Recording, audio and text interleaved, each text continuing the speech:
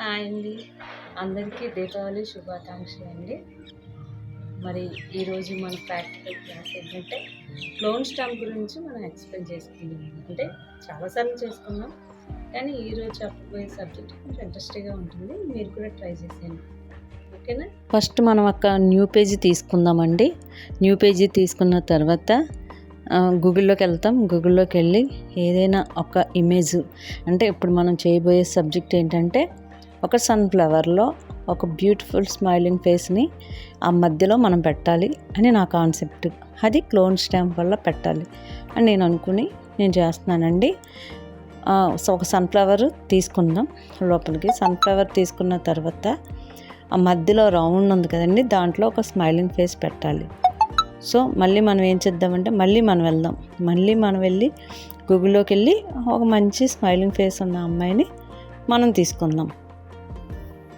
అప్పుడు ఒక heroine photo తీసుకుందామండి. స్మైలింగ్ ఉన్న ఫేస్ని తీసుకుందాం.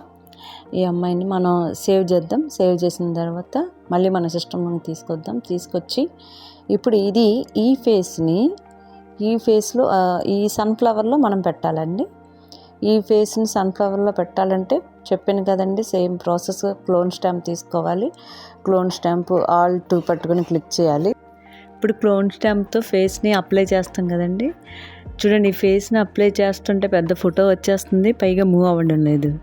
ఎందుకు అంటే మనం లేయర్ తీసుకోలేదు. నేను చాలాసార్లు చెప్పాను, లేయర్ మాత్రం ఖచ్చితంగా తీసుకోవాలని చెప్పి.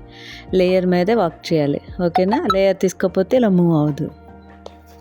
ఇప్పుడు నేను మళ్ళీ కొత్త లేయర్ తీసుకొని Ctrl+Shift+Alt+N కొడితే లేయర్ వస్తుందండి. ఆ లేయర్ తీసుకొని మళ్ళీ చేసి మీకు చూపిస్తాను. ఇప్పుడు మీకు ఎలా మూవ్ అవుతుందో మీకు తెలుస్తుంది.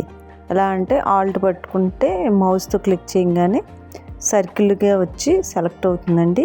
ఫేస్ మీద కరెక్ట్గా పాయింట్ చేసి తర్వాత ఈ ఫ్లవర్ ఉన్న ప్లేస్లోకి వచ్చి మధ్యలో అది పేస్ట్ చేయాలన్నమాట.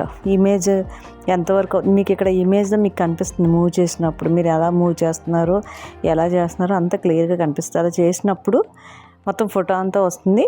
వచ్చినప్పుడు చూడండి, అది కదులుతుంది, మూవ్ అవుతుంది. అది వచ్చిన తర్వాత దాన్ని మనం సైజు కరెక్ట్గా ఫ్లవర్ మధ్యలోకి మనం చేయాలి అని అంటే సైజు తగ్గించుకోవాలన్నమాట. అప్పుడు మన లేయర్లో చేసాం కాబట్టి బెనిఫిట్ ఏంటంటే సైజు తగ్గించుకునే అవకాశం ఉంటుంది. Ctrl+T కొట్టి దాన్ని చిన్నగా చేసుకొని సెంటర్లో సెట్ చేస్తాం అన్నమాట. చూసారు కదండి, ఒక బ్యూటిఫుల్ సన్ఫ్లవర్లో ఒక స్మైలింగ్ ఫేస్ ఉన్న అమ్మాయిని సెట్ చేస్తే ఎంత అందంగా కనిపిస్తుందో క్లోన్ స్టాంప్ ఇలా కూడా చేయొచ్చు, ఓకేనా?